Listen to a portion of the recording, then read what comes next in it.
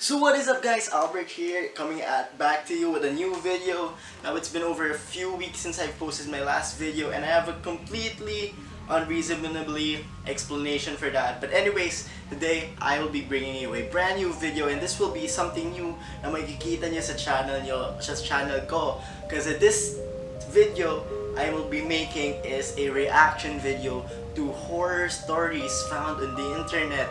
And like, I really love horror. I really do. And like, horror animations is like one of my most favorite things that I can watch. And there's just so many good ones on YouTube. And here I have a compilation of some that I haven't watched yet. So let's go take a look at it, and hopefully it could give me some scares or maybe a little bit of paranoia. Because if you don't know, my room upstairs, there is windows over here, there is a mirror over here, and there is a black room behind me. And yeah, that is really scary sometimes when you're paranoid. Hopefully this won't be that scary. But anyways, I'm not gonna make this intro long. Let's get on to the video. This happened when I was 15 years old. My best friend Anthony wanted me to come over for the night since his parents would be gone all weekend. I rode my bike over and put it in his backyard before letting myself in through his back door. We played basically every video game he had, from FIFA all the way to Call of Duty, with popcorn and other junk food spilled out all over the floor.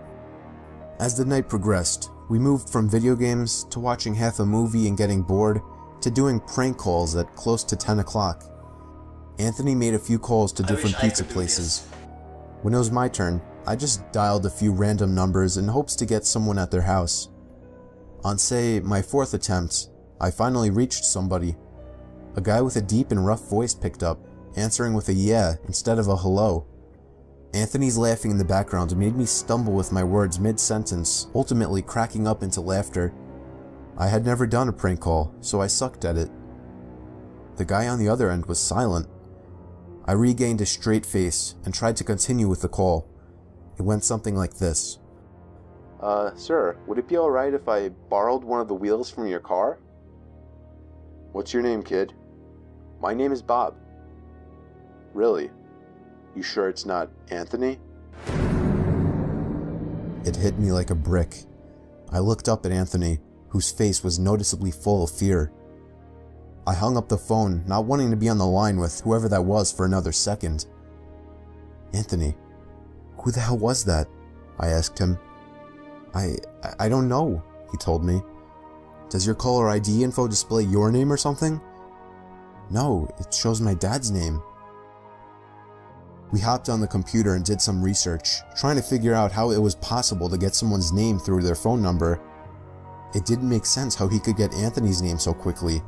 He was way too young at the time to be on any of those personal information sharing websites. We ended up asking a question on Yahoo Answers, since no one had a similar experience. The question turned up no answers. I suggested he call his dad, but he said he wasn't supposed to have anybody over for the weekend, so he didn't want to call. We planned on sleeping in the living room, so we just resumed watching the movie that we hadn't finished from earlier. Right after the phone call had left my mind, me and Anthony looked at each other when we heard his front storm door opening, and then the doorknob to the front door began to turn. It only was able to turn about halfway before the lock restricted it. Anthony turned off the TV, and I went over to the window to see who it was. I spread the blinds open. There was a tall guy standing outside. He noticed the blinds moving, and turned to look at me. I practically threw the blinds back into place. Me and Anthony hid in the kitchen, listening for any more noises. We heard the sound of the gate to the backyard opening, as it was right outside the kitchen window. God damn it, I said.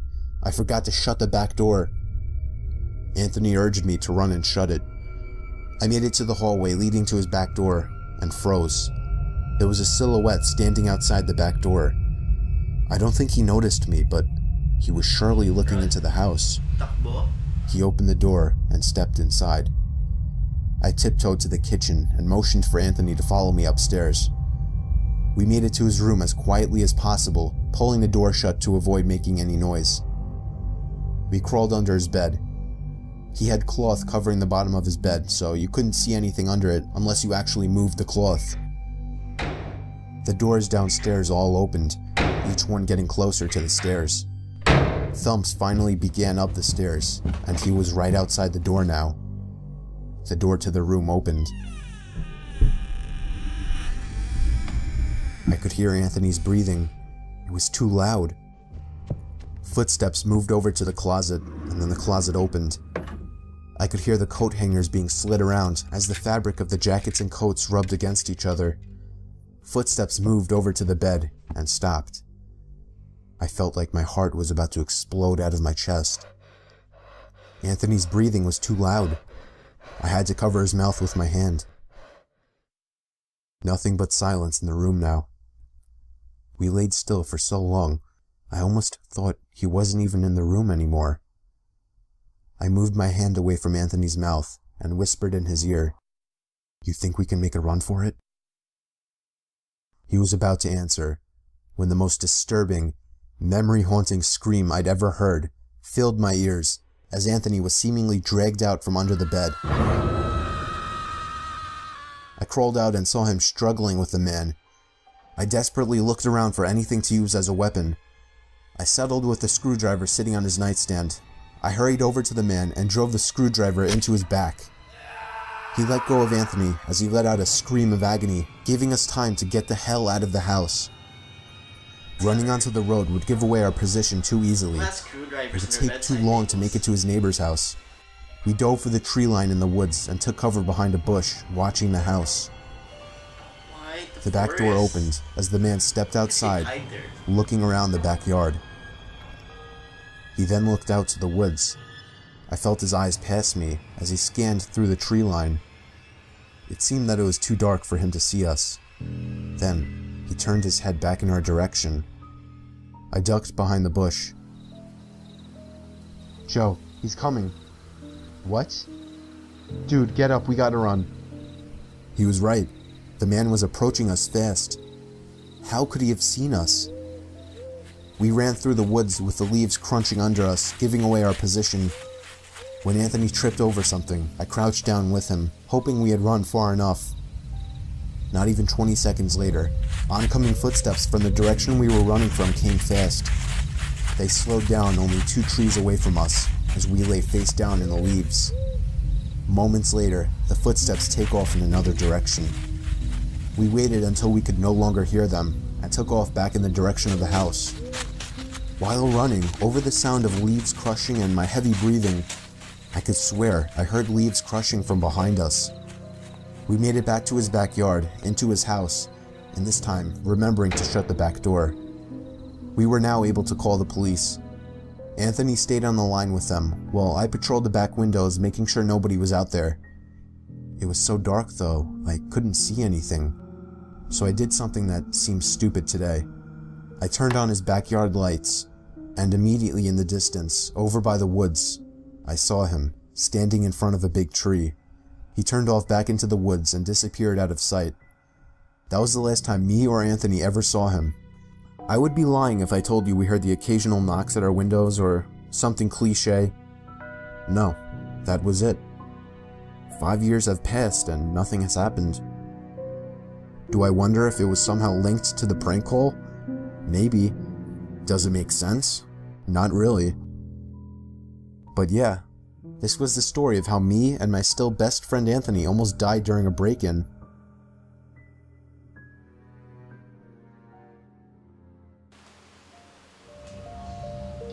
Okay, that was not actually scary, pero it was actually really interesting. Actually, here in the Philippines, hindi kami masyado nagpa-prank call to other people, and there's really a low % chance for that ever happening. And we also don't have forests around our houses. I guess pag nasa probinsya kayo, this could happen, pero not in anywhere near Manila. Pero yeah, it wasn't scary, it was interesting though. And wow, that took up 8 minutes of my time. Pero yeah, I don't know. It's interesting, that much I'll say. Siguro lang, it will make you think, like, how is the what are the possibilities of this happening to you in real life? Kasi most likely in other places like this actually happened to other people, pero like, what are the chances of this actually happening to you? Lalo na dito sa Philippines, like, sleepovers, yes, they're usually, like, sleepover kami from time to time, pero like, it's just super condensed here in the Philippines that I doubt that it could happen. No, actually it could happen, but I doubt that it would happen anytime soon to like random people, like, especially like, what are the motives? Why do they want to do that? Why do they actually do that? And yeah, I started this video thinking that it will be something scary, but in reality it's not. Pero like, it's super interesting, and I don't know how my reaction will I don't think he actually reacted that much about the video. I don't even think that would be that long. Pero yeah,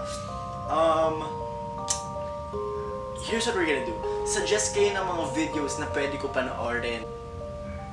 Let's see what will happen. Suggest videos for me to watch. Scary videos, I don't care how scary it is. I'll watch it, I'll react to it. And let's see, this is just the start. This is the first video. If you like more of this, like this video, hit that subscribe button, and don't forget to leave a comment down below if you want to see more of this. And yeah, hit that notification bell as well if you want to see more videos. And anyways, I'm gonna see you guys in the next video. Have a good night. Peace.